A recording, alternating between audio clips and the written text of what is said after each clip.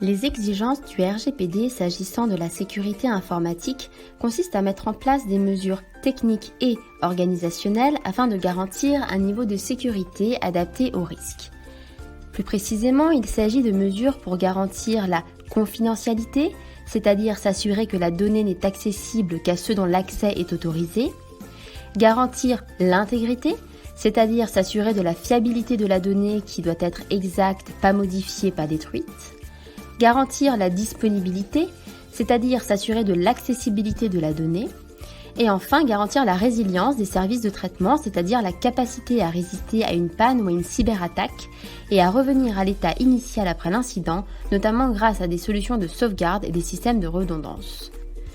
Plus précisément, il s'agit aussi de mesures pour rétablir la disponibilité et l'accès aux données en cas d'incident physique ou technique. La Commission nationale informatique et liberté porte une attention particulière à la sécurité des données. Preuve en est, la majorité des sanctions prononcées par la Commission sont dues à un manquement à l'obligation d'assurer la sécurité des données personnelles.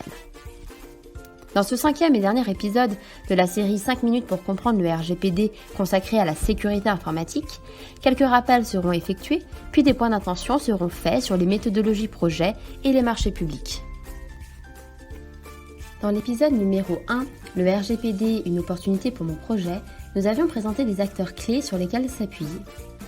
S'agissant de la sécurité informatique, au sein de mon organisation, il y a le responsable de la sécurité des systèmes d'information, dit le RSSI. En dehors de mon organisation, il y a l'Agence nationale en charge de la sécurité des systèmes d'information, dite ANSSI. L'ANSSI propose de nombreuses formations, en présentiel aux agents de la fonction publique ou en ligne pour tous, grâce à un MOOC dont la réussite est valorisée par une attestation.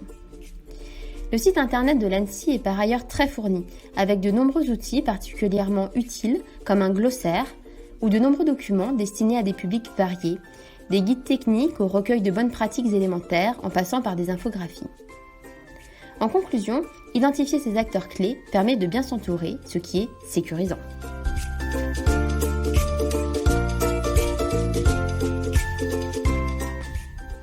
La méthodologie projet est indifférente, que ce soit les cycles en V ou l'agilité. Ainsi, contrairement aux idées reçues, les méthodologies agiles n'empêchent pas la prise en compte de la protection des données personnelles et de la sécurité informatique. En effet, il est possible d'intégrer ces dimensions dans chaque release. Voici quelques conseils pour intégrer la SSI et le RGPD dans une méthodologie agile. Par exemple, dans chaque persona, indiquer le niveau SSI et RGPD. Dans les User Stories, prévoir des critères d'acceptation SSI et RGPD.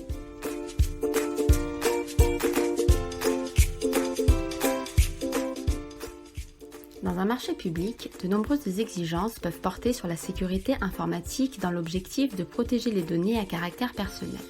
Voici quelques exemples. Concernant la gestion des environnements, que ce soit de développement, recettes, formation, production, il faut d'abord séparer les usages. Par exemple, effectuer les développements sur un environnement distinct de la production.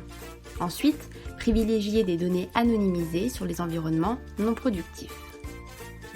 Concernant cette fois-ci les développements informatiques, d'abord, il faut prévoir un système de journalisation, c'est-à-dire un enregistrement dans des fichiers journaux ou logs des activités des utilisateurs, des anomalies et des événements liés à la sécurité.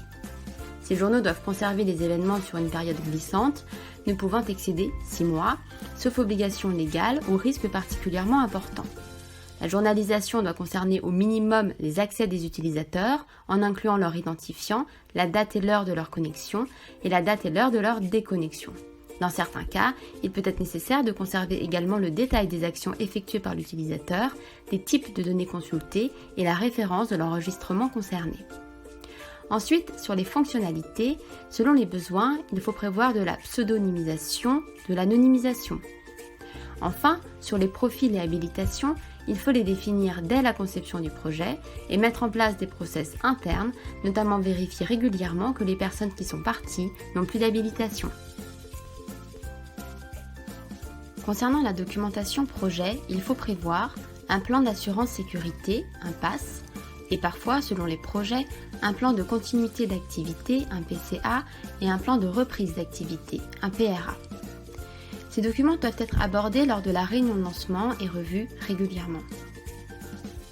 Il y a aussi la violation de données qui se caractérise par la destruction, la perte, l'altération, la divulgation non autorisée de données à caractère personnel transmises, conservées ou traitées d'une autre manière, ou l'accès non autorisé à de telles données de manière accidentelle ou illicite. Des exigences sur la violation des données sont à prévoir, par exemple, le sous-traitant s'engage à notifier à l'administration toute violation de données à caractère personnel dans les meilleurs délais et au maximum 24 heures après en avoir pris connaissance. Autre exigence, lors d'une violation de données, le sous-traitant s'engage à procéder à toute investigation utile sur les manquements aux règles de protection afin d'y remédier dès que possible et de diminuer l'impact de tels manquements sur les personnes concernées. Le sous-traitant s'engage à informer l'administration de manière régulière de ses investigations.